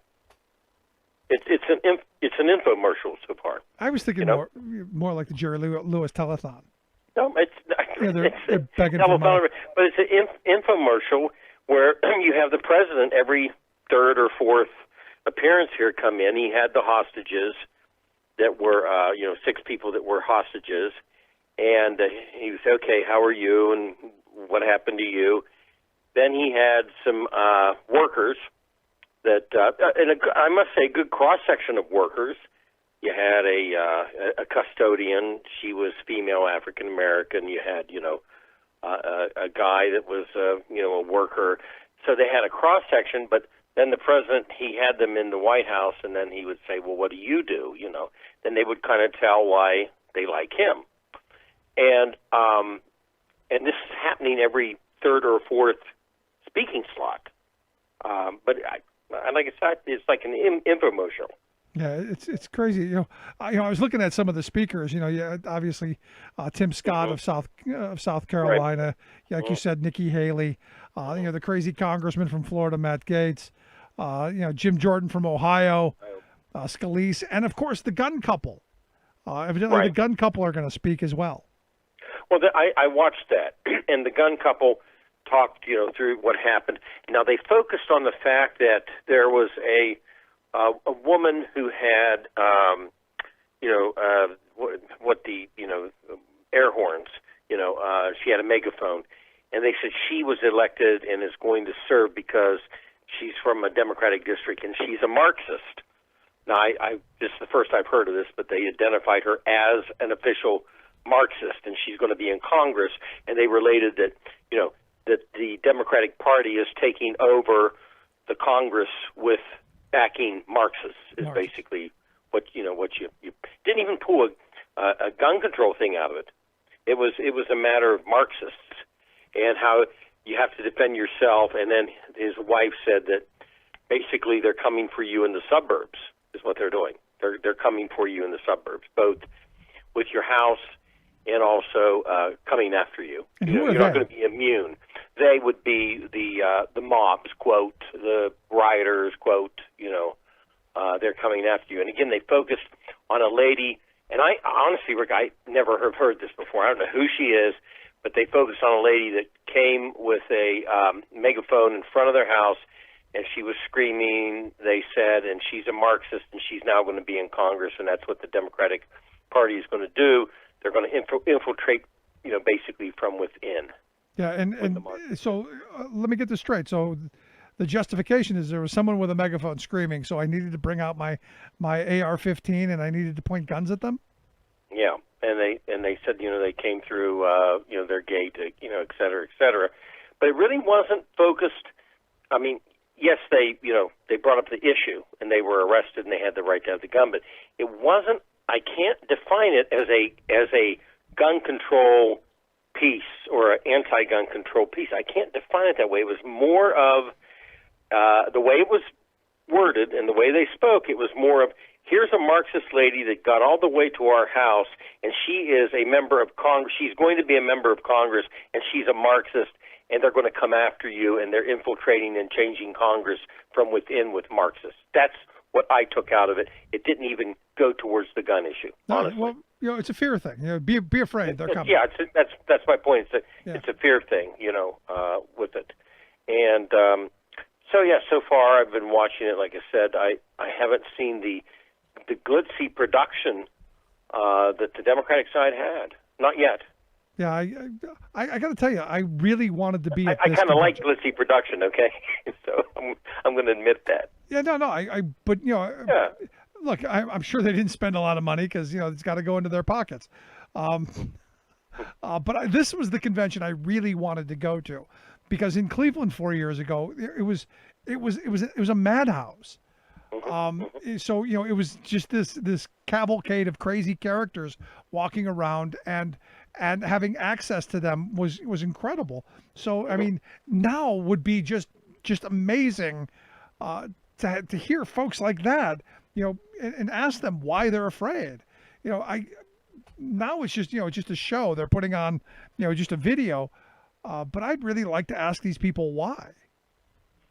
Well, and also the theme, I can already see through some of the speakers, is that the Democratic side rips down America, and the Republican side and Donald Trump love America and they want to make it better, but the Democratic side has basically, this is the theme that's out there, right, has basically nothing good to say about America itself. And then they brought in, like I said, the Democratic state rep, who talked about how, basically, and he's African American, so he talked about how, as a Democrat, he can say that, that basically the black vote's been taken, advantage of and for granted.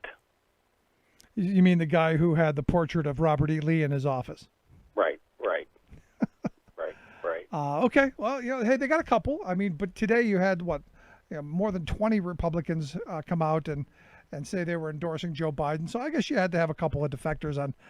They have to find somebody. I figured they would do that. I figured, but again, it just doesn't have right now. Again, it could change. It just doesn't have a lot of pizzazz to it.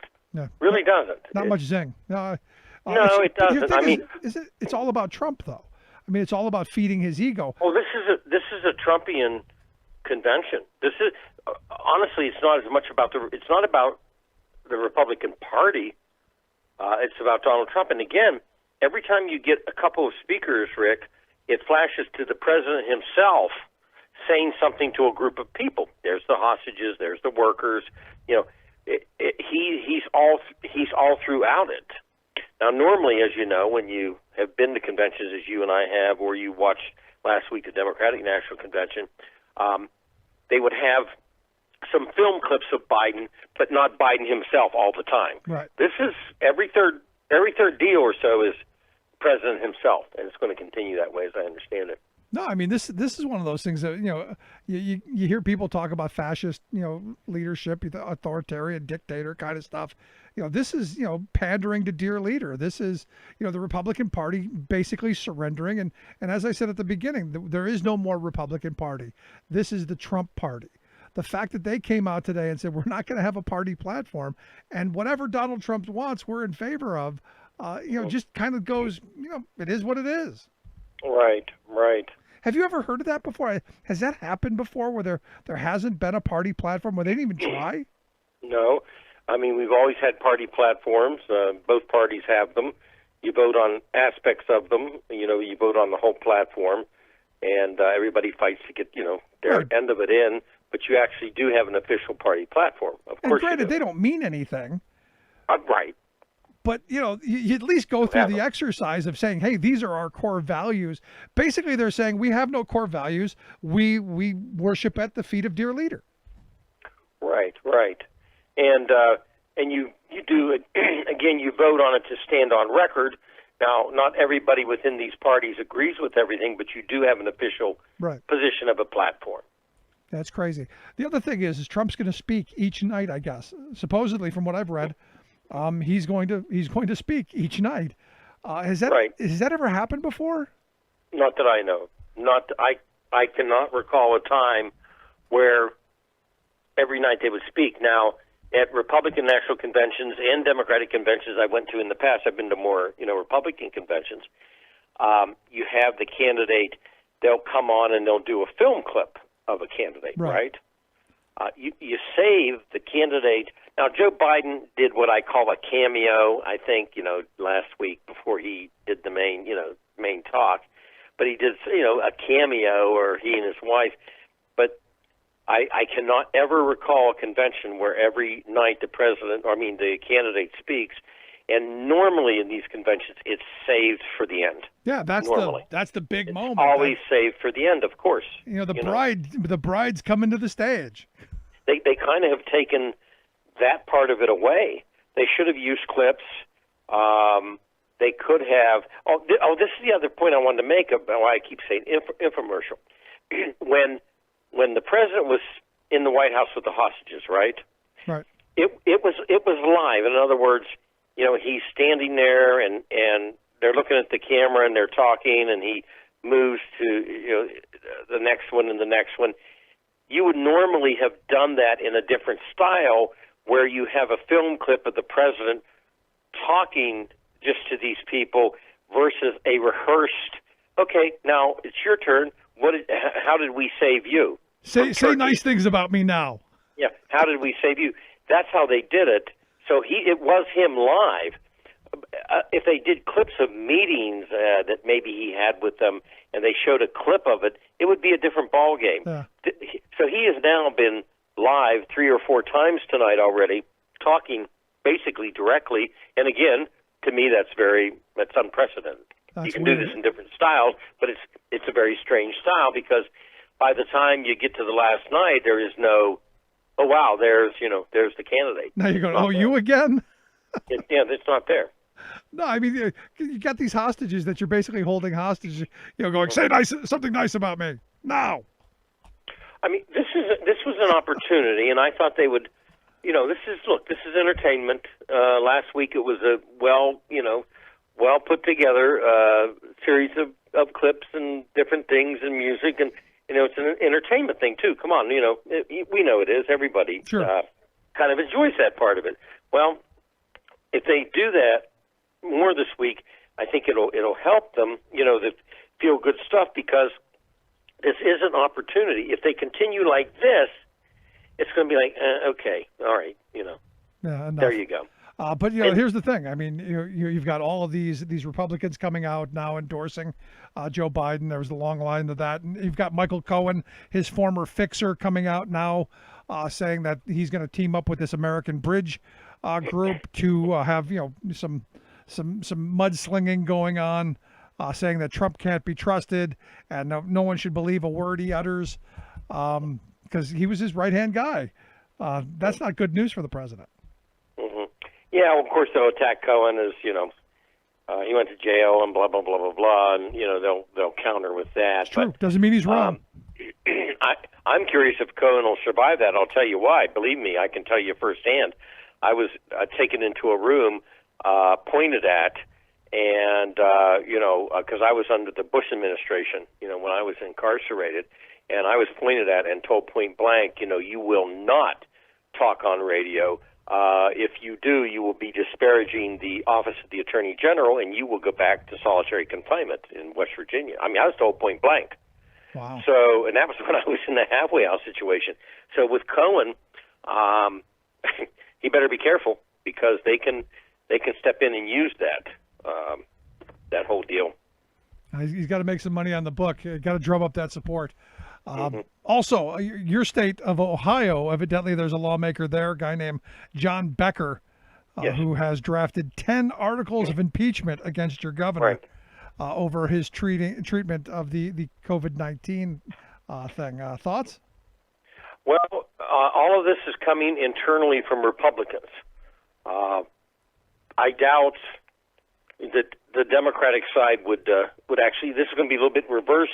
All right, I doubt the Democratic side would support any of this, or very few on the Democratic side would support it. It's all Republicans, and I don't know how many will go on this. Are they going to impeach Mike DeWine? No. Is this something Mike DeWine wants to have happen? No. I mean, you don't want your own party trying to do the impeachment route, on him. It's not going to affect him. It's not going to make him resign. They're not going to impeach him. But it's very interesting because the anger at our governor in Ohio is coming from within the Republican Party, not the Democratic side. Yeah, it's all over the mask mandate. How dare you It's tell me all I over have the to mask. protect myself? Right. I was down in a couple of small towns this weekend where I thought I was on a different planet. I had a mask on. I went into a grocery store, and a lady started laughing at me because I was literally the only one out of 35 people with a mask on. Yeah. No, I believe Literally. we've moved past it. We're going to get hit with another wave, and we're going to deserve it. I did want to mention something about the convention with Biden. And then when I said opportunity for the Republicans, this could be, I don't know how they're going to do the rest of it again. If they do it like this, it's not going to be, and not a big bump for the Republicans, but on the polling, Biden did not get a bump out of the convention. He got a bump in a certain way. He didn't get the, okay, you went up 8-point, 10-point bump, but he did go up in his favorables. So he got a bump, but the convention itself didn't get a bump. Now, I kind of anticipated that because, look, it's a virtual convention, and, he didn't lose. But this would have been an opportunity if they could just get a two-point bump, right? The Republicans, but the way they're doing this, I think it's a wash. Yeah, I don't know how many people are They're actually a paying wash. attention to it, to be honest. Both conventions are going to be a wash Yeah. when it comes to that. Kind of a dud. Right. Last bit I got for you. Evidently, the Nobel Peace Prize isn't coming because I'm guessing that the UAE has canceled out on this meeting with Israel. So that whole peace plan thing seems to be unraveling over Netanyahu opposing an F-35 deal. Thoughts? Sure. You and I talked about this on your show, in the last 12 days or so. This was a peace deal for the Palestinians negotiated without the Palestinians, number one. Right. Number two, Netanyahu came out and said, look, as far as annexation, temporarily it's off the table, but who knows later on. And then these coalitions were put together with the UAE and some Israelis with some business backgrounds, right? And then there was the sale of the military equipment. So obviously the UAE had very little thoughts about Palestinians or two-state solutions or annexed land. The UAE wanted military equipment. And, Israel necessarily can't come out for that. So I think it might still come a little bit together, but this was to be signed in the White House, and, Kushner brokered this. This was, Rick, it was about money, and it was about military equipment, and it never was about the Palestinians. Nope. Never was. You can't negotiate something with the Palestinians and the Israelis without the Palestinians and the Israelis sitting at the table together. That's just the bottom line. You're absolutely right. And it was about having the show of, hey, look what we Go did. to up. It was that simple. But I guess that's not going to happen either. Or No. we'll see. Anyway, Bob, I appreciate the time as always. Thank Great you, Rick. stuff, my friend. Thank you. Back to the convention for you. Again, this is one of those moments where it's just remarkable to me when you look at what they're presenting. It's crazy stuff. Although I'm going to continue to take a look at what's available and the clips, and we'll have more tomorrow on the program as we continue this week of Hate Fest 2020. I'm again, just dumbfounded by what we're seeing come out of it and how much this is really all about the ego of Donald Trump. But I guess I shouldn't be surprised that this is really all about him and not about the country. But like I said, the more we know the worse it's going to get. Again, remember, we got to vote in November.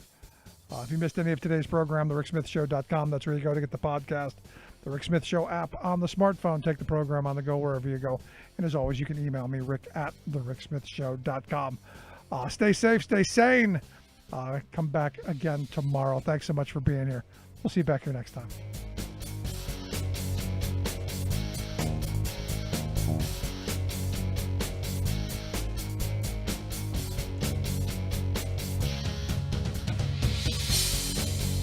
You've been listening to The Rick Smith Show.